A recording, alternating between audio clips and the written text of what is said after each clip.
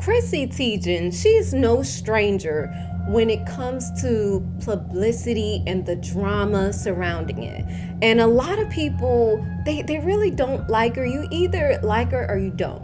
But recently, she made some alarming statements about her 2020 pregnancy with her baby, Jack. Chrissy released a statement saying, "Let's just call it what it was. It was an abortion to save the life of a baby that had absolutely no chance. And to be honest, I never put that together until actually a few months ago." A lot of people were upset. They were done with her. Like, she's just doing this for political clout.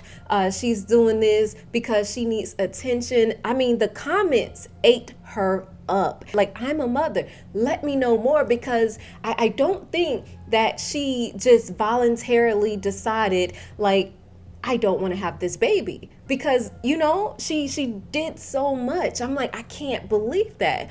And then a lot of people were saying, doctors tell women all the time, your baby might not make it, but it's completely up to you whether you continue the pregnancy or not. So I'm like, okay.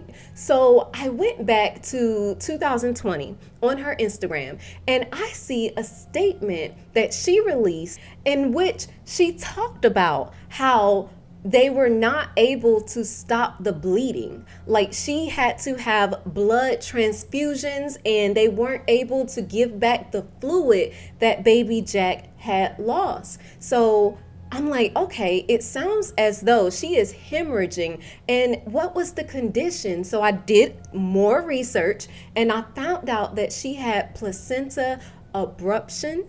And that is where the placenta that the baby is in separates from the uterine wall. And when that happened, the baby stops receiving adequate oxygen and is considered a medical emergency. So I'm like, okay, if the baby lost oxygen, fluid, and blood, and she's literally hemorrhaging, this baby, as she stated, was not going to make it. There was too much blood loss. The doctor at that point, in that moment, they had to make a decision to either lose both or save one. It does sound like when you mix Roe versus Wade and you make it political, at that point, a lot of people are like, okay, and technically, let's be technical, because that's where she's coming from. Yes, she did not have a choice. Like, baby wasn't getting oxygen, baby wasn't getting fluid, and they couldn't stop the bleeding. And they tried because she mentions that they're doing blood transfusions.